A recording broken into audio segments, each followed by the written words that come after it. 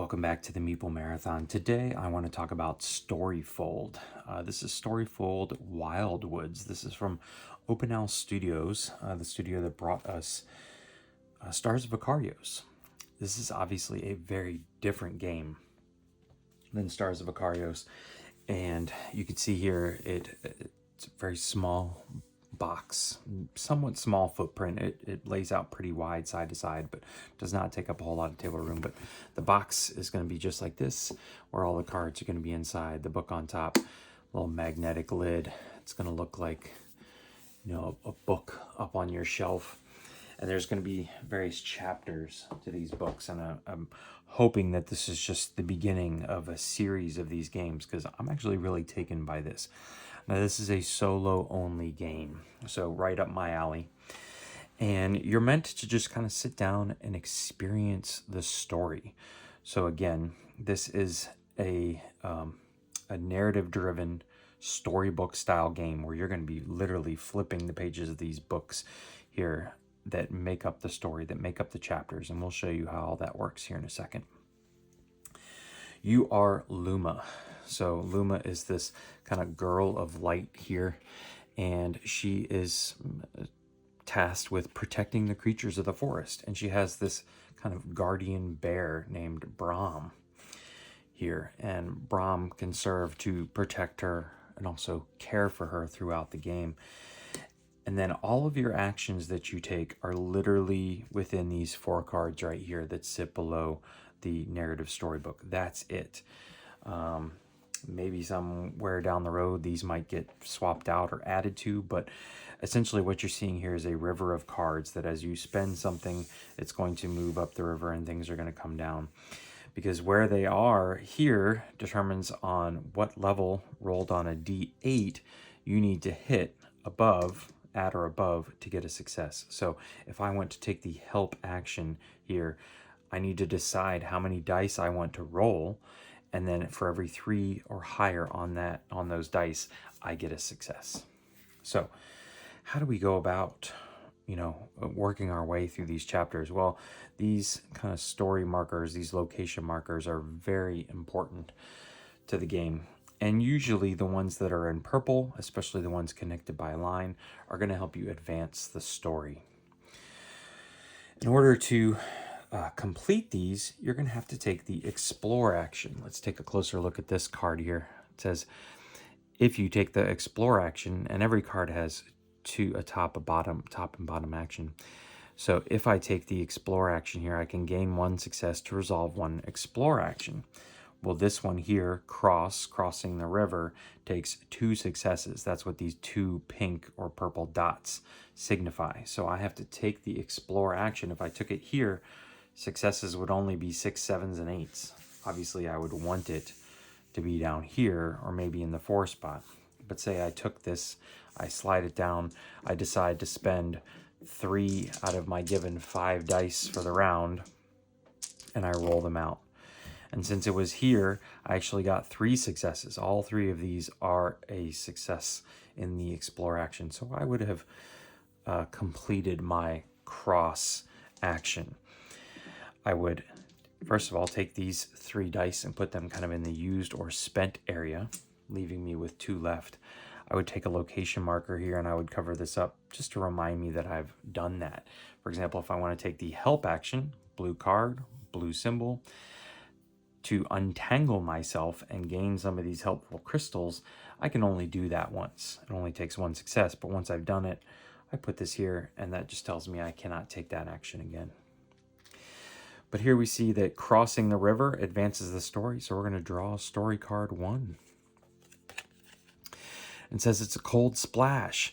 It gives us some narrative text here to advance the story, and that says on play. We have to unfortunately draw 1 creature card. And this is the prologue, no spoilers here. So it would tell you to read the next kind of instruction set, but we would set this off to the side. We would draw a creature card here, and we would add the creature to the river. So after we took the Explore action, this card would actually move to the end. The rest of these would slide down. And now this Voldark here When he comes in on play, he comes in at the 6+ mark. So he's actually going to push this Explore card out, and he's going to take up that spot. Now, if we wanted to continue spending our dice here, we could, say, take the Help action, roll these 2 dice out. This would be 1 success. So that's all we would need to take Untangled. Or if, for example, we didn't get the amount of successes we needed here, we could always come down here and use the bottom action. In this case, it's the same thing. You can see we're gaining crystals. So I get to gain a crystal, and let's put it on heal, because that's going to be helpful at some point later in the game. So help would move down. Everything else would push. Now Explore is back in the realm where we could use it. It would be tough to use it, but we could take the Explore action again. Fortunately, we've spent all our dice. We have to end the round. So then we move into the Shadow phase. The Shadow phase is when these creatures start activating. In this case, this creature is going to take away 3 of our spirit, as noted up here. So our spirit is tracked over here, 1, 2, 3. If we ever get to the end and have to cycle back around to the beginning, we have to draw a shadow card. Shadow cards are not good, and if we draw the last one, you can see there's actually only 1 in the prologue. We have lost this chapter and we have to start over. So we don't want this necessarily to push down, but this Voldark is pushing it down for us. Fortunately, after activation, it moves to the end of the river. So it would go right here. We also need to advance the essentially timer for the phase. We would push this shadow effect down, or the shadow timer down, and we can see there's a little symbol above it here.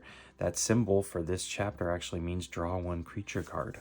So we're adding now a 2nd creature card. We're taking too long.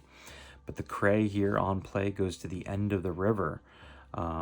But after its activation, it would move 1 space towards the start of the river. So it would start pushing cards out of the way and pushing them back. But for now, it goes there. It doesn't activate this round. So it's back to us. You can see here that we essentially have 1, 2, 3, 4 rounds. If this timer makes it here to the middle, we again have lost the chapter.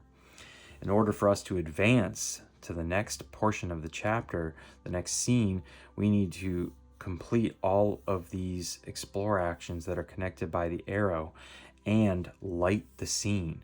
We have to bring light back to the forest, which means we have to push this marker all the way to the center before the shadow marker gets to the center and takes over. To do that, we would need to take the light action. So the light action has 2 things it can do. It can either gain a success enough to light 1 creature. Well, if we look at both of these cards, they have some dots here on the bottom similar to here. The yellow light means that we would stun this creature with 1 success taken in the light action. This creature would not activate during the shadow phase. The stun would be removed and then it would be back in play. Or we can take the light action and take the bottom portion here, and for every success we could advance the light marker 1 space. So say we're feeling very bold and we want to roll all 4 of these at a 3+. This would be 3 successes. 1, 2, 3. 1 more and we will have lit the scene. You could also take the heal action. So the heal action, similar to stunning the creatures, the heal action allows you to actually defeat them. You remove this shadow, the mysterious shadow from the creatures, and you return them back to normal. So on the heal action, we could roll and gain successes to heal creatures. In the case of the Voldark here, unfortunately, we need 2 heal successes.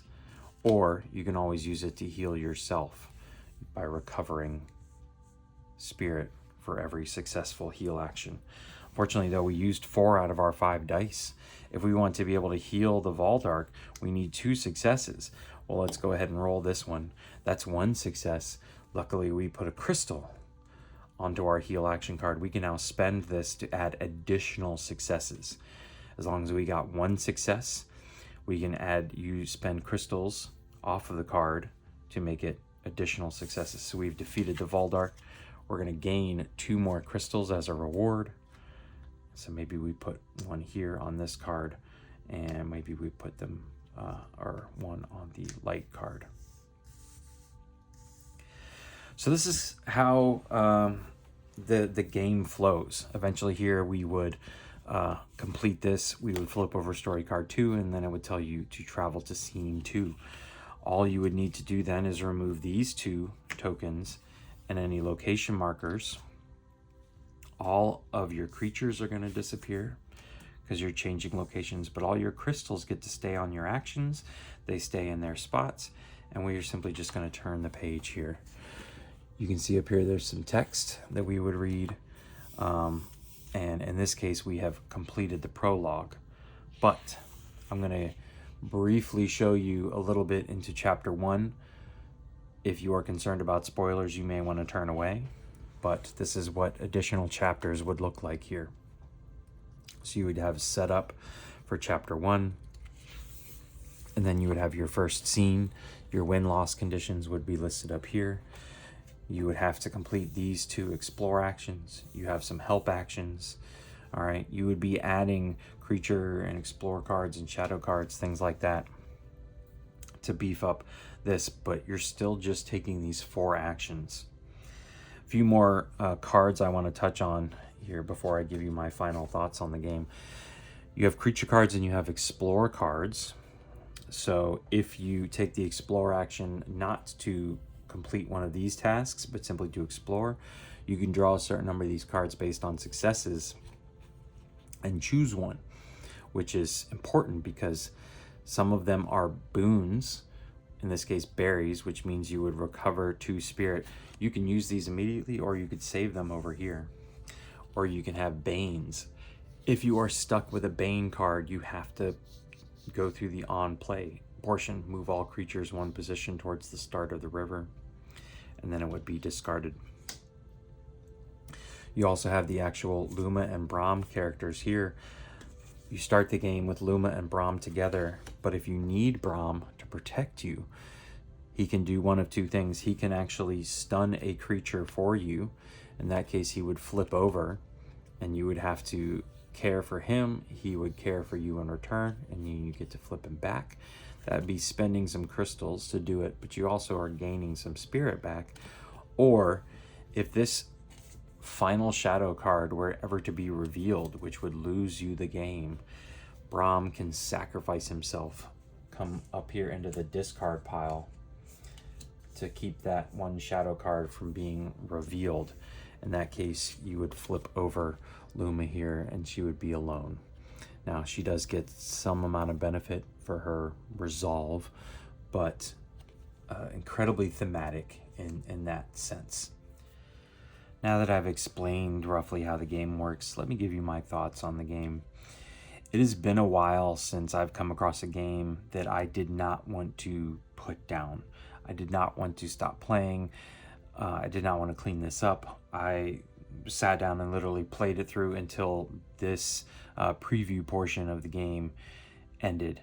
I haven't had that feeling since Sleeping Gods by Red Raven Games, where I just wanted to continue exploring and going through the story. This game is not really just reading and flipping cards. There is some stress involved. There is also some luck involved with rolling the dice, and that may not be for you, but there are ways to mitigate the dice. You're going to be gaining additional dice. There's companions you can come across that are going to give you D10s and D8s to use. You can see that various chapters sometimes give you more time to complete the actions, but maybe they have more actions that you need to complete. You're going to be pulling certain creatures out or randomly pulling creatures out, but it's all again centered around you just taking these 4 main actions. And the play of taking an action and then moving it down the river, and the river then being clogged up by creatures. Because if a card if a creature is here and I've pushed my heal action all the way into this end of the river, I can't take the heal action. You can see there's no value here for me to reach. I need to figure out a way to get the heal card back over to here in order to use it again. So the play of the river, when to stun a creature versus heal a creature, it's all going to be played out amongst this story through story cards, shadow cards, the narrative that's built into the storybook. I really just love how you just keep flipping through the story, and what's on the side here, these kind of wings to the storybook, just stay put. And you don't have to mess with them. You don't have to mess with these cards. You literally just remove these 2 tokens and maybe some location markers, and you flip to the next page and these get restored. Just a beautiful production, in my opinion. The art is amazing. It's not abstract, but minimalistic, I guess you could say. Obviously Luma here is just a girl of light. But I'm very impressed with this prototype of Storyfold. So if you are looking for something different, if you are looking for an experience in a game, I would certainly check this out. This is currently running on crowdfunding, and so I'll put a link in the description below so you can go check out that campaign. I highly recommend this one for anybody who loves a more slower paced game, much more narrative driven game. This one's definitely going to leave you remembering your experience at the end. It's going to leave you with a story that you actually remember and are going to be telling people about the next time they're like, hey, what's been on your tabletop? Oh, let me tell you about Luma and Brom. So I'm going to leave you there with that. If you have any questions, please feel free to let me know in the comment section below. Thank you for Open Owl Studios for providing this prototype so that I could create this content. Once again, go check this out. Go check out the crowdfunding campaign right now. I highly recommend this one. Once again, thanks for watching. Have a great day.